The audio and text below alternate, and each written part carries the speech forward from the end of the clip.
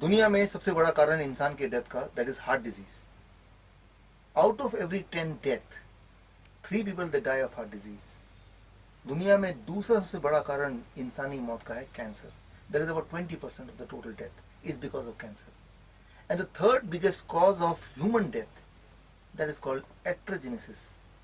That is about 15 to 20% all over the world. और अगर भारत की बात करें तो एट्रोजेनेसिस से जो मौत होती है दैट इज अबाउट 25% to 30%। एट्रोजेनेसिस कोई बीमारी का नाम नहीं है, इसका सीधा मतलब है, सिंपल मतलब है, डॉक्टर की वजह से डेथ, हॉस्पिटल्स की वजह से डेथ, दवाइयों के साइड इफेक्ट की वजह से डेथ। यानी कि 25% लोग जो आज दुनिया में नहीं है वो यहां होते अगर वो हॉस्पिटल अपने इलाज कराने नहीं जाते। तो सवाल ये कि क्या किया जाए, कैसे इस हॉस्पिटल डेथ से बचा जाए। Very simple, don't go to hospitals. कैसा रहेगा आइडिया कि आप अपना हॉस्पिटल अपने घर में खुद के लिए बना लें। आई call it hospital in a box. मैंने यही किया, मैं आपको दिखाता हूं। This is my hospital in a box. इसमें करीब 26 ऐसी चीजें हैं जो इस वक्त आपके किचन में ऑलरेडी हैं। बोलने का मतलब है कि आपको कहीं से कुछ खरीदने की जरूरत नहीं, they are already there in your kitchen, जिसकी मदद से आप दुनिया की सारी दवाइयां बना सकते हैं। इसको जरा समझने की कोशिश कीजिए। यह है दवाइयों की लिस्ट, ब्रिटिश मेडिकल एसोसिएशन का 9th एडिशन। और इसमें करीब जो लेटेस्ट दवाइयां हैं, सारी दवाइयां 2500 दवाइयों की लिस्ट है। 2500 से घबराइए मत। एक्चुअली 2500 तब होते हैं जब वो कॉम्बिनेशन ड्रग्स की भी बात करते हैं। ट्रुथ ये है कि एफडीए ने इस अभी तक अपनी एंटायर हिस्ट्री में सिर्फ 1500 के करीब दवाइयों को ही अप्रूवल दिया है। That is about what we call it new molecular entities, NMEs, right. So that is about 1500। उनमें से आधे ऑलरेडी बैन हो चुके हैं। अब बैन होने की हिस्ट्री आपको समझना होगा, ओनली देन आप ये समझ पाएंगे कि आपको क्या करना है। जब भी कोई दवा दुनिया में आती है तो पहले वो ह्यूमन ट्रायल से होके गुजर के जाती है। ह्यूमन ट्रायल में उसकी जो अवधि होती है average, that is about 6 months। और करीब 1000 के करीब वॉलंटियर्स होने जरूरी होते हैं। तो 6 महीने के ह्यूमन ट्रायल और 1000 करीब वॉलंटियर्स में ये देखा जाता है कि ये दवा इंसान के लिए ठीक है कि नहीं। On the basis of that FDA approves that medicine और फिर वो मेडिसिन मार्केट में आती है। सच्चाई ये है कि मेडिसिन का जो एडवर्स रिएक्शन है, एडवर्स रिएक्शन का मतलब कि मेडिसिन जिस बीमारी के लिए ली जा रही है उससे भी ज्यादा खतरनाक side effect, that is called adverse reaction. So दुनिया का वर्ल्ड एवरेज है कि दवा अगर आज आपने लिया तो उसका एडवर्स रिएक्शन ऑन एवरेज 4 साल 2 महीने में पता चलता है कि इस दवा का एडवर्स रिएक्शन क्या है। फॉर एग्जाम्पल, पायग्लिटाजोन आप ले रहे हैं डायबिटीज के लिए और 4 साल बाद दैट में लीड टू ब्लैडर कैंसर। तो जो ब्रैकेट है, जो टाइम फ्रेम है, that is about, time line है, that is about 4 years and 2 months, जबकि अप्रूवल के लिए जरूरत होती है ओनली 6 months। सो नॉर्मली वो दवा किस तरह से इंसान को नुकसान पहुंचाएगी वो उसके लॉन्च होने के कुछ साल बाद ही पता चलता है। और एक बार पता चल जाए तो FDA का जो प्रोसीजर है उसको बैन करने का वो करीब 10 साल का होता है, कभी वो 8 साल का होता है, कभी वो 16 साल का भी होता है। तो एक दवा की जो जर्नी है लॉन्च होने से लेकर बैन होने तक की, वो करीब ऑन एवरेज 18 साल की होती है या 20 साल की होती है। और ये मैं बात कर रहा हूँ डेवलप कंट्री की। मैं उदाहरण के तौर पे लेता हूँ एक दवा जो दुनिया का 10th मोस्ट पॉपुलर दवा है इस वक्त कुछ देशों में, डेवलपिंग कंट्रीज में, दैट इज पायोग्लिटाजोन। 1999 में मार्केट में आया, अप्रूवल मिला। 2007 में पता चला कि इस दवा की वजह से ब्लैडर कैंसर होता है। FDA ने पड़ताल शुरू की। 2011 में जर्मनी, फ्रांस समेत कई सारे देशों में बैन हो गया। 2013 में 18 जून को भारत में बैन हुआ। लेकिन भारत की जो मेडिकल लॉबी है वो इतनी स्ट्रांग है कि 31 जुलाई, एक महीने के अंदर ही बैन को फोर्सफुली गवर्नमेंट को हटाना पड़ा, लिफ्ट करना पड़ा। और आज भी इस वक्त जब आप ये वीडियो देख रहे हैं, करीब 30 लाख लोग पायोग्लिटाजोन ले रहे हैं इंडिया के, डायबिटीज से बचने के लिए, जो कि कुछ ही समय में ब्लैडर कैंसर से मरने जा रहे हैं। ये जो साइड इफेक्ट की दुनिया है इसको समझना बहुत जरूरी है अगर आप अपने हेल्थ का ख्याल रखना चाहते हैं। इसको जरा अंडरस्टैंड कीजिए। 2 सवाल हैं, साइड इफेक्ट दवाइयों से क्यों होता है और इतना ज्यादा डेंजरस कि वो जिस बीमारी के लिए आप वो दवा ले रहे हैं उससे कई गुना खतरनाक ज्यादा वो उसका साइड इफेक्ट। तो साइड इफेक्ट क्यों होता है और दूसरा इससे कैसे बचें। मैं एक उदाहरण लेता हूं। The most popular medicine of the world 1899 में ये लॉन्च किया गया और सबसे ज्यादा दुनिया में बिकने वाली दवा दैट इज कॉल्ड एस्प्रिन।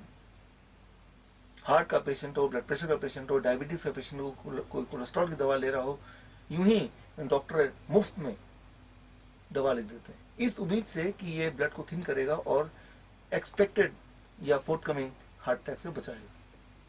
इसके अंदर एक एक्टिव इंग्रेडिएंट है that is called acetyl salicylic acid, और उसका मोड ऑफ एक्शन है, उसका केमिकल पाथवे है, वो ब्लड को थिन करता है।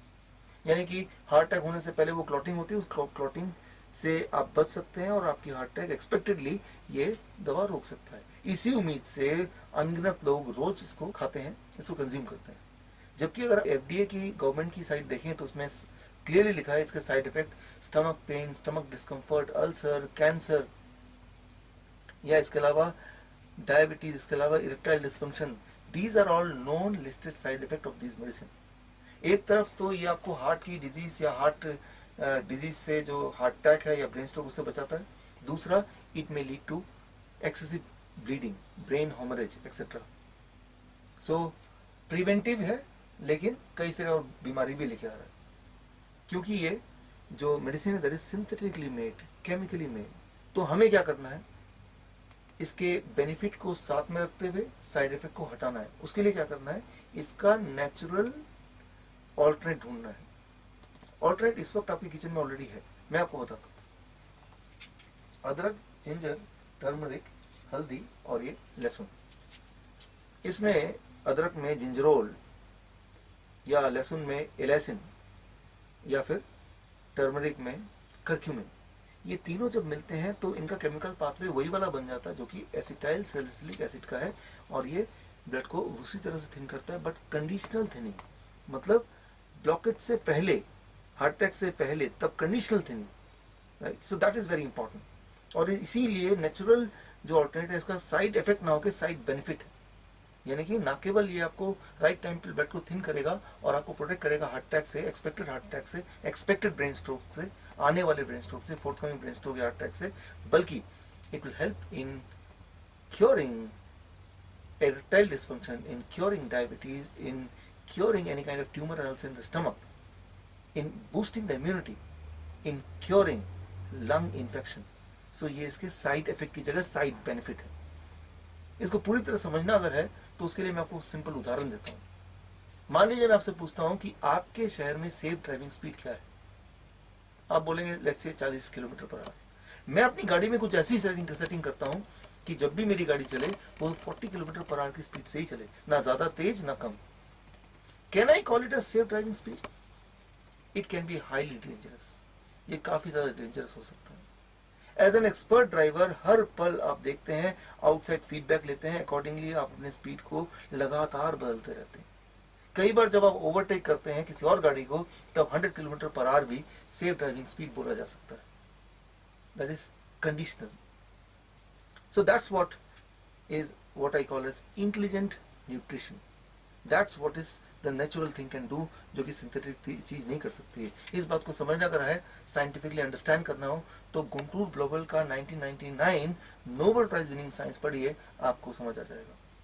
और ये artificial counter part that is acetyl salicylic acid जो सिंथेटिकली प्रोड्यूस किया गया, वो ये वाला काम क्यों नहीं कर सकता, इसको अगर समझना है तो आप पढ़िए Nobel prize winning science 1982 John Vane, तो सारी चीज क्लियर हो जाएगी। मतलब ठीक इसी तरह से ब्लड प्रेशर की दवा की बात करें, डायबिटीज की दवा की बात करें, फीवर की बात करें, हेडेक की बात करें, स्टमक एक की बात करें, कैंसर की बात करें, सारी ये दवाइयों के आप नेचुरल ऑल्टरनेटिव अपने घर में अपने किचन के सामान से इसी वक्त बना सकते हैं।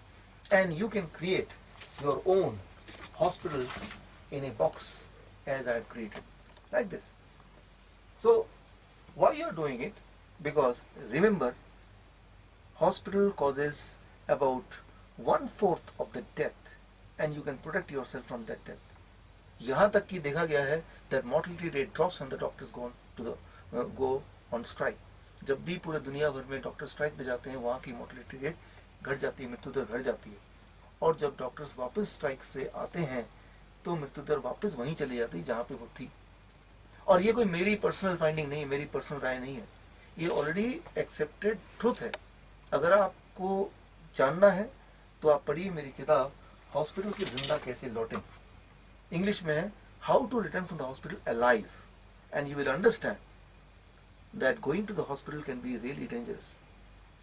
ये किताब अगर आपको पढ़नी है तो आप स्क्रीन पे दिए हुए व्हाट्सएप नंबर पे रिक्वेस्ट भेज सकते हैं या मेरे ईमेल आईडी पे रिक्वेस्ट भेज सकते हैं, साथ में लिख दीजिए कौन सी भाषा में पढ़ना चाहते हैं. I will be happy to send you a free ebook so that you understand. You'll be shocked to see the data inside it.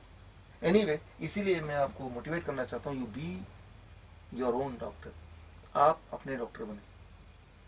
आप सोच रहे होंगे एक डॉक्टर बनने के लिए तो 7 साल की पढ़ाई की जरूरत होती है, वो एकदम से हम कैसे बन सकते हैं? 7 साल की पढ़ाई जरूरत होती है, उसमें हजारों बीमारियों के बारे में बताया जाता है, लेकिन ध्यान दीजिए हजारों बीमारियां नहीं है. अगर आप international classification of disease 10th edition देखें तो टोटल नंबर ऑफ डिजीज जो लिस्टेड है जिससे इंसान अब तक बीमार पड़ सकता है या पड़ चुका है वो है करीब 8000. मेडिकल कॉलेज में क्या होता है, उन 8000 बीमारियों के नाम, उनके केमिकल एक्शंस, उनके कॉजेज, उनके ड्रग्स, उनके डोसेज, उनको रट्टा मार मार के अपना ब्रेन वॉश करते हैं. एक्चुअली चीजें उतनी कॉम्प्लिकेटेड है नहीं. मैं आपको समझाता हूँ.